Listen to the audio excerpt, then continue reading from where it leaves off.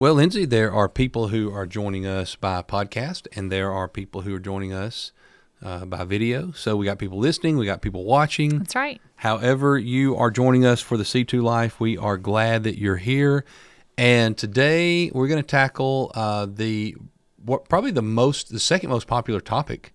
Yes. We put this out there. Yes, this was the second most requested topic, and I think it's because of the time sensitivity here. Yeah, this is a time-sensitive topic. Yeah.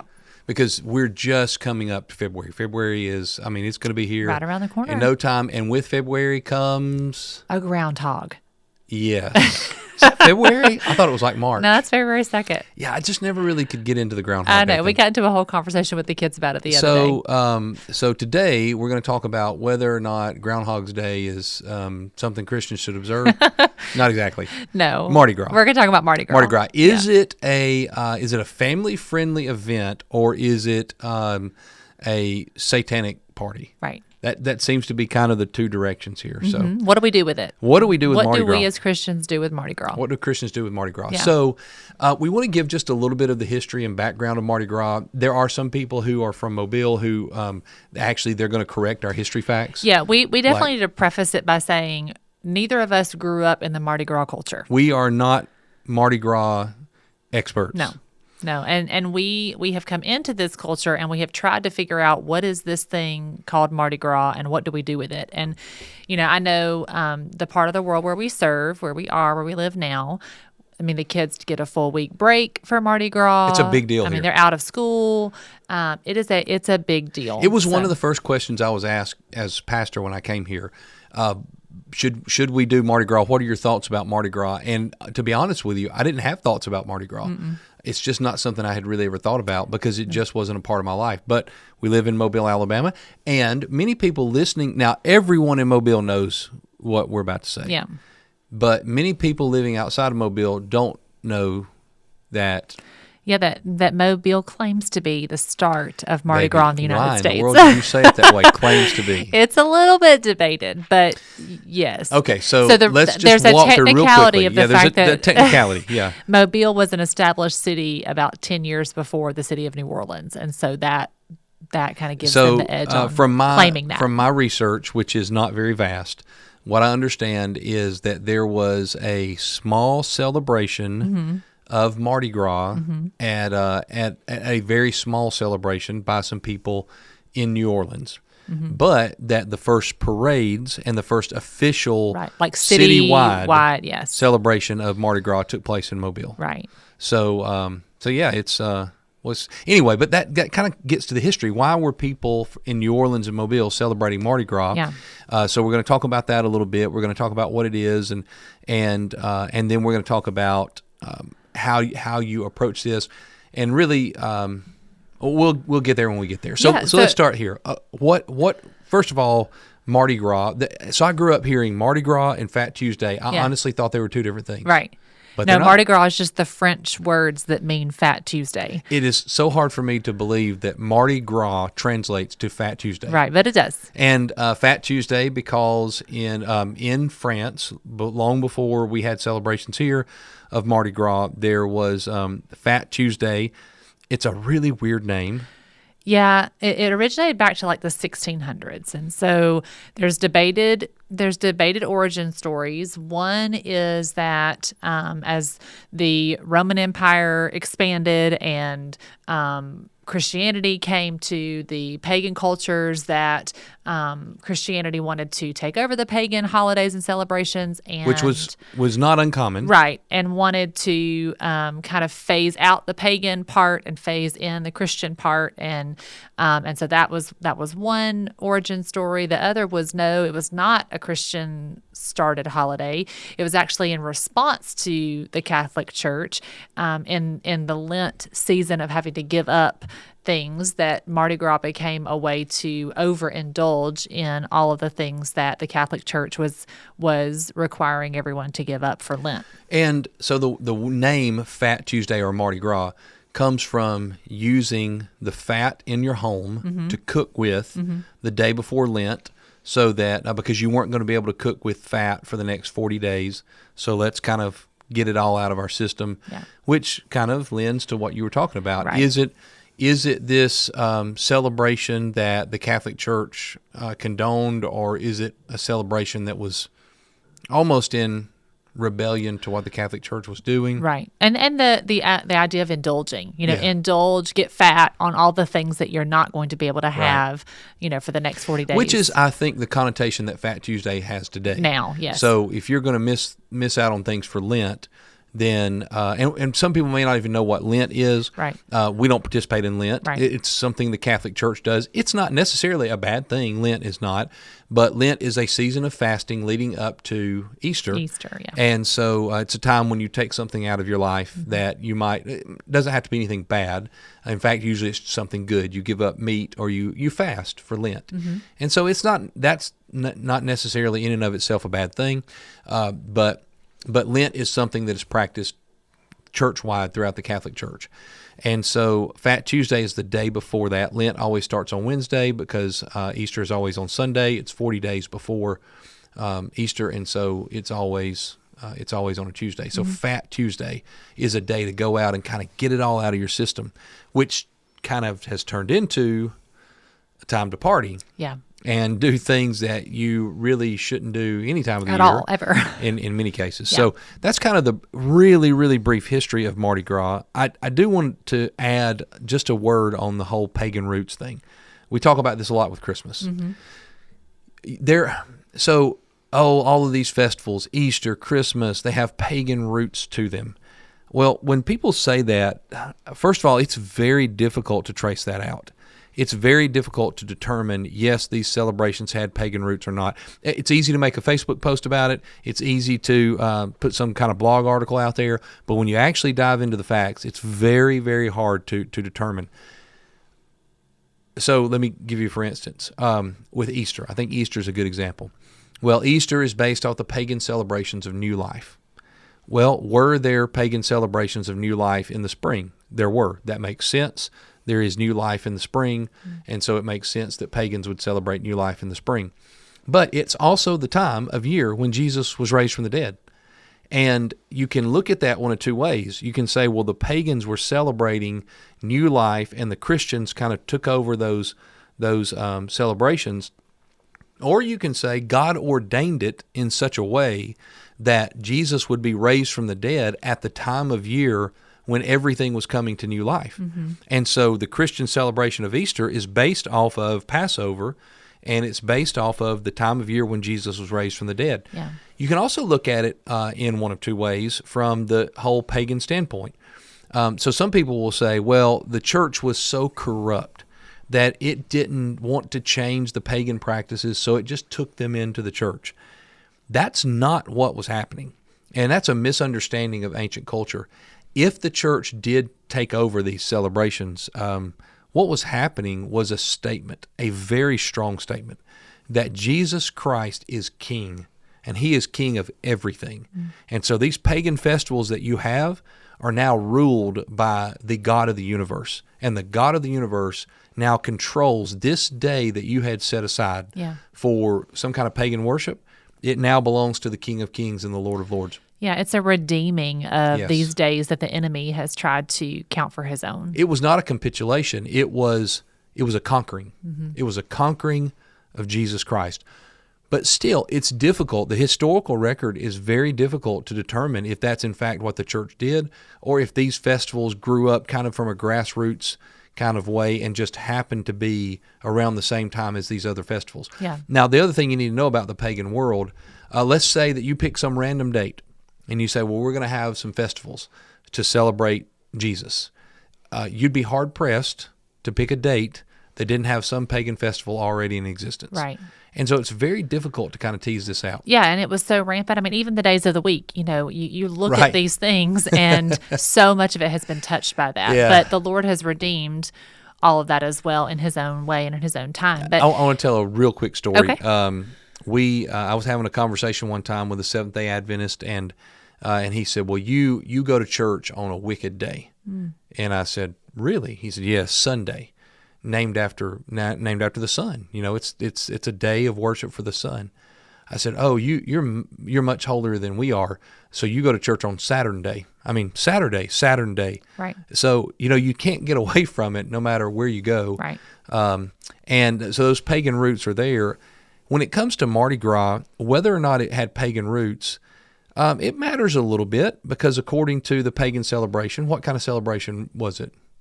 So according to the pagan celebration, it was one of, I don't know. It was really like I'm sorry, I didn't mean to put you on the That's spot. okay. My article that I read didn't tell me. Yeah, so it was debauchery, celebration, partying. It was just like one big party. Yeah. There was a lot of sexual sin involved and a lot of partying involved. And so if there are pagan roots there, it doesn't seem that Mardi Gras moved very far from those pagan roots, as opposed to Easter and Christmas. Right. If there were pagan roots there, even those symbols have moved way away from what they originally intended to be. Yeah. It doesn't seem Mardi Gras has moved very far beyond No, it. it seems like it still just would describe and well describe what we think of as modern Mardi Gras celebrations in some instances. We want to say this. We want to be really careful about making God more restrictive than he is. Yeah.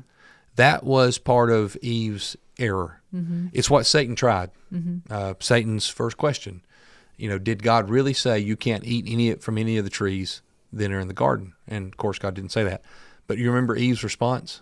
Yeah, she said, God said I shouldn't eat of it or touch it or I would die. Yeah, so she had the right tree. Right. But she added that extra restriction. Yeah. She's not the only person to ever do that. Right.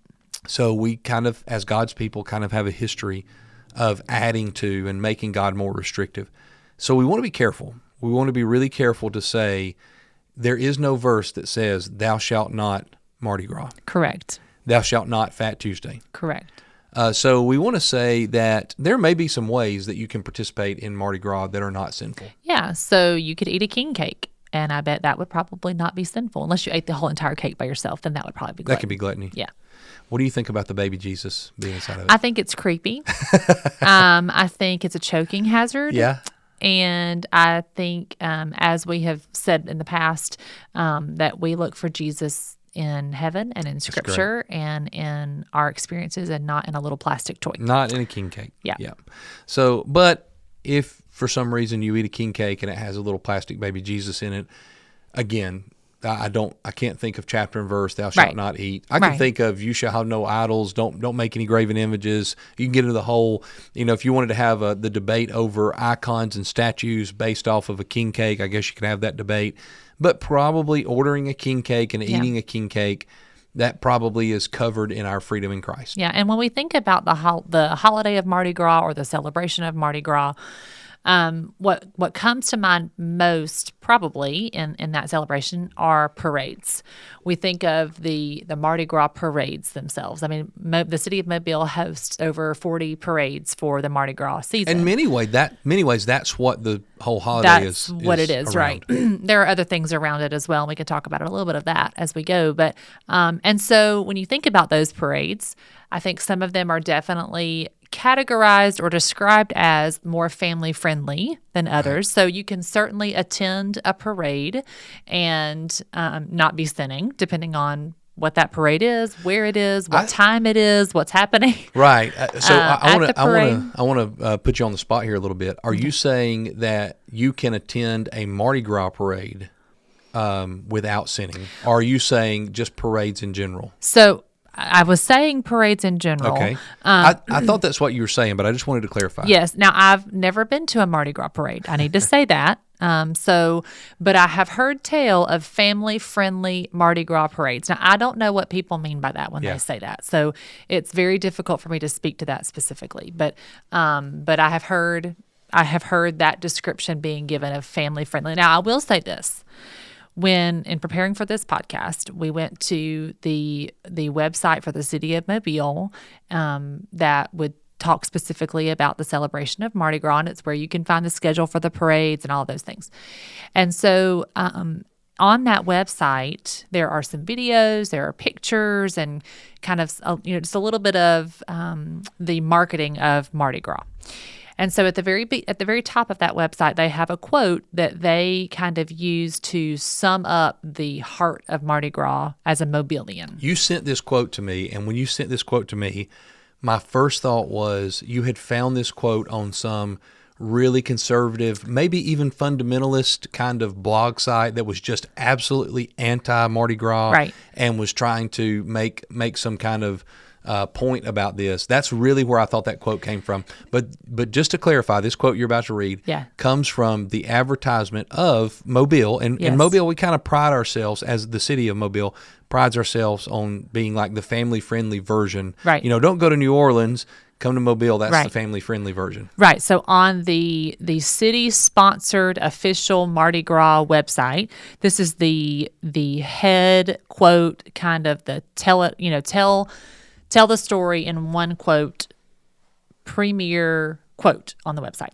So it says this: "But after all, if, as a child, you saw every Mardi Gras the figure of Folly chasing Death around the broken column of life, beating him on the back with a fool's scepter from which dangled 2 gilded pig bladders, or the figure of Columbus dancing drunkenly on the top of a huge revolving globe of the world, or Revelry dancing on enormous upturned wine glasses, wouldn't you see the world in different terms too?" I think you would. I think you would. Yeah, now I'll just have to say, family-friendly, satanic, definitely weird. Yeah. That is weird. It's weird. I don't So understand Folly- half of those things. Like, Folly why is are they doing that? beating death with pig's bladders. Yes. That's a very weird. You know what? And that's Columbus is dancing drunkenly on top of the globe. It's hard for me to think of that as a family-friendly day.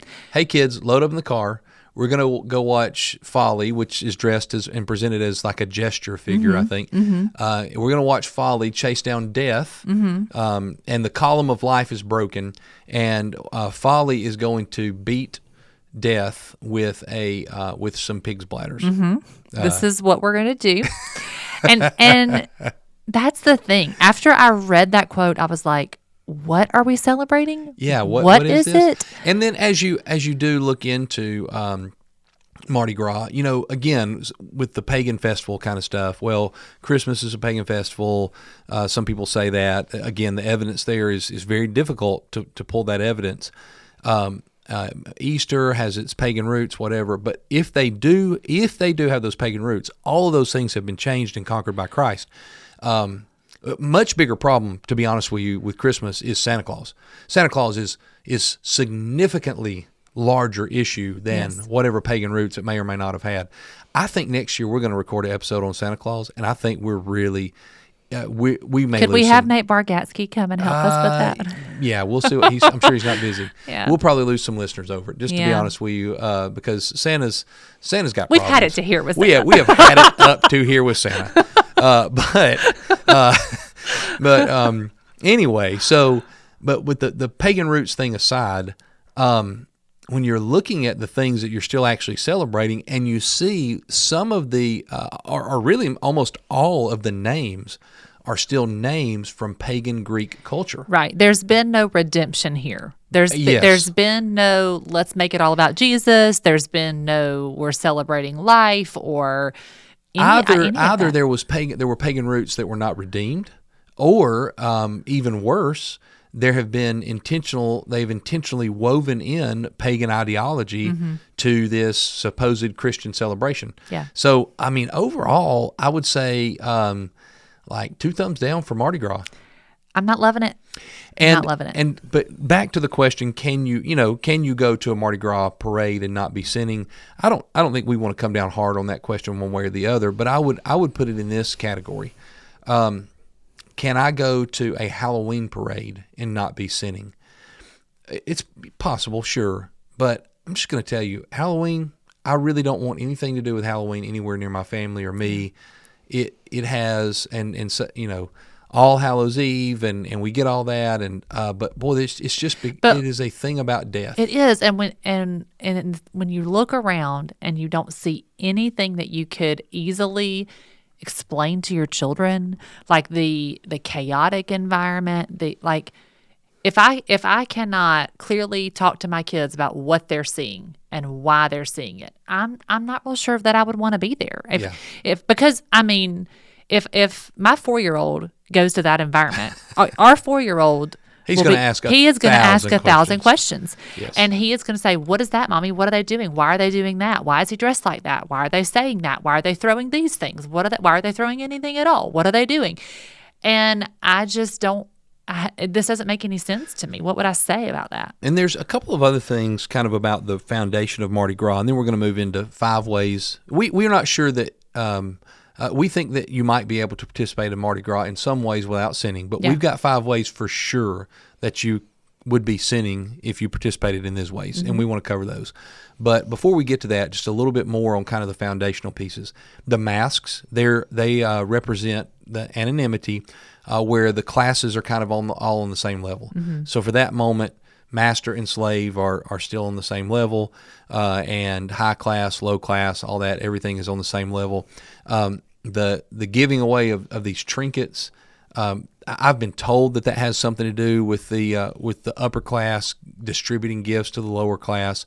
So there may be some redeeming qualities in that, but you've got to really dig for them. And even in that, just the overall look of it and feel of it, like you said, feels chaotic. It's not something where you say, I wish all of creation order were like this. Right. It's actually the opposite of that. Is. It's like an escape from creation order.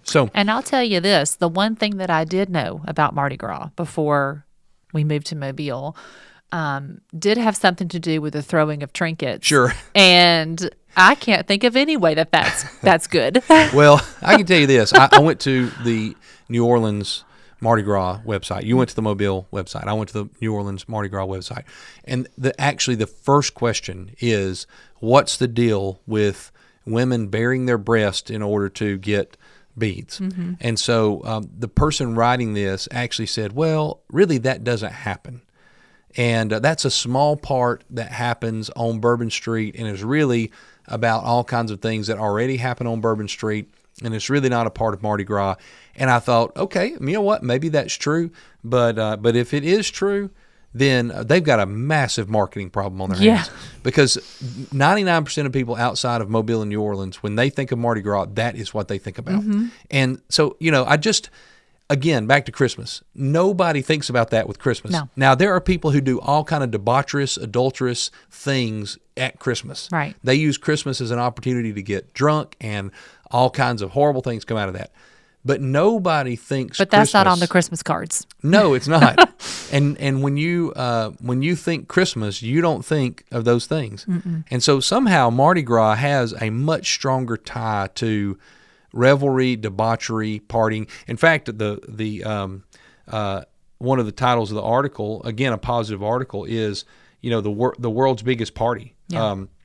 The place to come and party. Right. The pre-Lent party. Right. This is a time to party before we're forced to do these things that God wants us to do. That kind of thing. So, but again, we want to be really clear.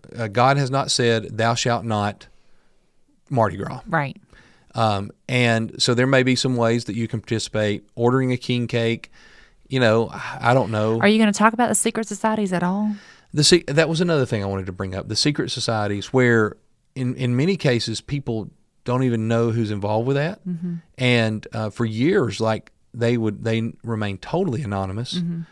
And so that whole secretive thing, and that goes back to the Greek mystery religions.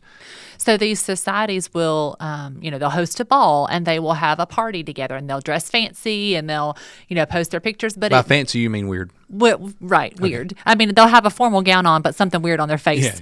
Yeah. But it definitely looks like a lot of alcohol is involved, a lot of just partying, really, a formal party versus. We'll get to that. That's one of the things on our list. It is. But then also just the whole idea of the mystery, keeping things secret. The gospel is a revealed mystery. Yeah. And that's one thing that separates Christianity from all other religions. True Christianity, because there are some parts of Christianity that are not like this. But true biblical Christianity, we don't hide anything. Right. So when you come to I'll just use Baptist churches. When you come to a Baptist church and you say, what do we believe? We tell you what we believe. Right. And then when you've been here for 10 years and you say, well, what do we believe? It's the same answer. It's the same information. There's There's not nothing levels of hidden information Right. that can be unlocked as you go. Yeah, and really that's one of the things that separates Christianity from the pagan religions is that those mystery religions, the further you got into them, kind of the more secret knowledge that you got. And so that it feels very much like that with these societies. Yeah. And then also they host the balls and it's just it seems like I would love to think that what's happening in those places is just good, honest fun with Just fellowship. no. But I would like to think that it's not just like an adult version of a frat party, but it doesn't seem to be that way. That's not the image that I really see. Well, from let's my get to our perspective. 5 ways. All right, so 5 ways. We're sure, we're not certain, but we think there may be some ways that you can participate in Mardi Gras without sinning. But we are absolutely certain there are 5 ways At least 5 ways that you can sin when you by participating in Mardi Gras. Yeah, so the first would be if you think it's a sin to participate in Mardi Gras and you do it anyway. Yeah, this is clear from Scripture. Yeah, so that would be the very baseline is if you're unsure or you have a hesitation and you do it anyway, then that would be sinning intentionally because you have a conviction. You may not even be able to fully voice what that conviction is, but you don't feel that it's right and you do it anyway. If you're violating your conscience, even if God would say, I have no issue with that, then it's still a sin. Paul makes that crystal clear in the book of Romans, in chapters 13 and 14, when he talks about the weaker brother. An example I think would be helpful if we were to tell our kids, if we said put some cookies on the table or something, and we really had no issue with the kids eating the cookies, that was not a problem. But if one of our kids thought that we didn't want them eating the cookies, and they snuck and did it anyway, even though it wasn't one of our rules, they were being disobedient. Right. And so the same is true of us. If you're not certain about it and you go, well, I think this may be sinful, but I'm going to do it anyway because, after all, thou shalt not, Mardi Gras is not in Scripture, so I'm going to do it anyway, then that's sin whenever you do something that you think is sinful. Yeah. So if you have a conviction about it or you just have a check in your spirit, you just go, I just don't feel good about this, then you need to stay away from it. Yeah. All right, what's the next way? So the next way would be if you're causing a brother to stumble by participating. So if by you're okaying it and you're participating it, you cause a weaker brother to stumble and to sin, then that for you would also be sin. And this comes from that same passage, that same concept in the book of Romans, where Paul instructs us in this way, and he says that we're not to offend the weaker brother. And so he gives the example of eating meat, and he says it's okay to eat meat, but if for some reason you have a brother who's weaker and you eat meat in front of them and it causes them to stumble, then it's sinful for you too, because you should care more about your brother than you do about eating meat. So I want to read this. So this is from Romans chapter 14. It says, as for the one who is weak in faith, welcome him, but not to quarrel over opinions. One person believes he may eat anything, while the weak person eats only vegetables.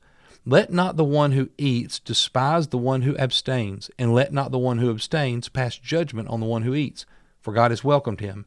Who are you to pass judgment on the servant of another? It is before his own master that he stands or falls, and he will be upheld, for the Lord is able to make him stand. The one person esteems one day as better than another, while another esteems all days alike. Each one should be fully convinced in his own mind. And then he goes on to say, if you observe, that's good. If you abstain from observing, that's good. But then, and he says, we will give an account of each other, of ourselves to God. So that comes more to that first reason. If you think it is a sin, and you do it anyway, then for you it is a sin. But then he also says, let us not pass judgment on one another, but rather decide, this is down in verse 13, to never put a stumbling block or hindrance in the way of a brother. So he gives an example. He says, I know and am persuaded in the Lord Jesus that nothing is unclean in itself, but it is unclean for anyone who thinks it's unclean. So once again, if you think it's a sin, it is a sin.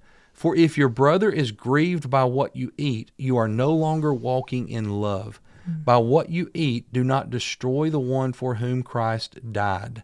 And so then he goes on to give the example that if you eat in front of your brother and your brother says, well, if it's okay for him to eat, it's okay for me to eat, even though I think it's sinful, then you've caused your brother to sin. I do think this has some limitations. I've had people in the past say, well, because I'm a vegetarian, you can't eat a hamburger. That's what Paul said. And I think that has its limitations. Yeah. I do think that if it's a sincere moment where I'm causing my brother to stumble, then certainly I need to abstain from what God has freely said that I can enjoy, because my brother is more important than my ability to eat meat or to do something related to Mardi Gras. But it does have its limits. Yeah. So the next one is if it would be a sin to celebrate debauchery. And that's really what we've been talking about as the heart behind the holiday, the way the holiday is described among those who celebrate it. It is an environment of debauchery. And even in talking to some people who grew up in Mardi Gras in New Orleans and in Mobile, in preparation for this podcast, they even said it just felt like debauchery just everywhere. Yeah. And so, again, let's just take a birthday party. A birthday party, there's nothing sinful about a birthday party. And let's say your birthday falls in the middle of the year, around no holidays, around no pagan festivals. It's just some random day in July. And so your birthday is that day, or let's make it somebody else's birthday. A friend of yours has a birthday. And your friend says, I'm celebrating my birthday. And you ask the question, is it a sin for me to celebrate my friend's birthday? No, it's not a sin for you to celebrate your friend's birthday. But then, if by that your friend means we're going to have a party, okay, not all parties are sinful, so we're going to have a party, and here are the things it's going to include. And it includes on its list so many of the things that Mardi Gras is associated with. Okay, well now this is a party that you don't need to be a part of. Yeah. And so, so you've turned from celebrating the friend to celebrating the alcohol, celebrating the adultery, celebrating the lust, celebrating the who knows what even. Man, I always love that guy's parties. Man, I can't wait for his birthday party next year, because at his birthday party, man, his birthday parties are the best. And if his birthday parties are characterized by drunkenness, adultery, all those kinds of things, then you're now you might reluctantly end up at that party. There may be some scenario in which you go, well, it's really important. I'm witnessing to this guy. You know what? This guy's a guy I work with, and I'm going to go by early. I'm going to go by early before any of that starts, and I'm going to drop off a present so that in the hopes that I can build the relationship. But then there's a point where you say, man, I can't wait for his party. And those are two very different things. Yeah, that is. And so if for you, if Mardi Gras, if you're surrounded by all that debauchery and you can't wait and you're celebrating it. You've got the yard decorations, you got the fingernails, you've got the mask, you're ready to go. You got your formal outfit ready to go, and it's because the whole entire celebration has become the thing that you want, Right. that you crave. Then that might be a problem. And then these are kind of in order of progression. So you move from celebrating it to then enabling the debauchery of others by participating there with them or being with them in that environment. Even maybe being a part of planning it. Yeah, planning it, providing financially for it. I don't do all those things at the party, but I do help plan the party, and what people choose to do at the party is up to them. Mm-hmm. And if again, there's some difficult issues here. If you're an owner of a restaurant, mm-hmm. and at your restaurant people eat too much food and they participate in gluttony, well, in one way you're enabling gluttony. So you have to be careful about that. If you're a doctor and you prescribe medication and people abuse that medication, well, in some ways you're enabling that sin. Yeah. But this is a little different. Yeah. By your presence, it not only justifies, the events that are happening, but you also are contributing in order to make the event happen and continue to happen. So if nobody paid their dues in the society, if nobody shut up for the parades, if nobody, then they wouldn't continue to do them. The events wouldn't continue to happen. So, yeah, that enabling piece is that next level. And I don't think we can stress enough from an outsider perspective. Mm-hmm. We don't have a dog in the hunt until we move to Mobile. Right.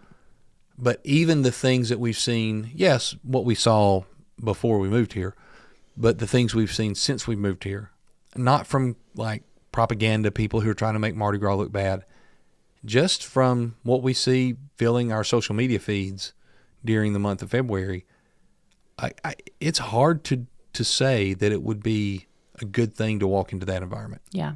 It's just hard to say that's a place I would want to be. That's a place I'd want my children to be. I say at the very least, it seems really unwise. Yeah. It seems really unwise to put myself or my family in those environments, especially year after year, and causing that to be what we look forward to and what we crave. Yeah. The final way to sin on this list of 5 is to participate in the debauchery. So you move from celebrating it to then enabling it, and finally to participating in it yourself. Yeah. And obviously that should be obvious. Yeah. If you're partying, you're drinking to excess, and you're participating in anything that, not necessarily you're going home with somebody else's spouse, but it's a sexualized event, and you're flirting with people who you're not married to, and you're just kind of having a little bit of fun, and like all those kind of things, all the way to you're having sex with someone you're not married to. And so all of that, of course, is obviously sinful. Yeah. And I say obviously sinful, like, well, we shouldn't even have to talk about this, but we know Christians who've gotten wrapped up in this. Yeah. And it kind of all started with, well, Mardi Gras is really not that bad. Mm-hmm. And it kind of drug them in. Mm-hmm. So we want to give a warning. Yes, there may be some ways to participate in Mardi Gras that are not sinful, but there are so many ways to participate that are sinful. Yeah. And it seems to me, as you said, to be unwise to put myself in those situations. And I don't know. It's just one of those things. I don't see the attraction to it anyway. Yeah, I don't either. I mean, I think there are so many better things that you can spend your time doing in the month of February. I mean, you can celebrate love. You can celebrate God's love. You can celebrate your family in February. The groundhog. I mean, I would much rather watch a groundhog stare at the ground than to be in this environment.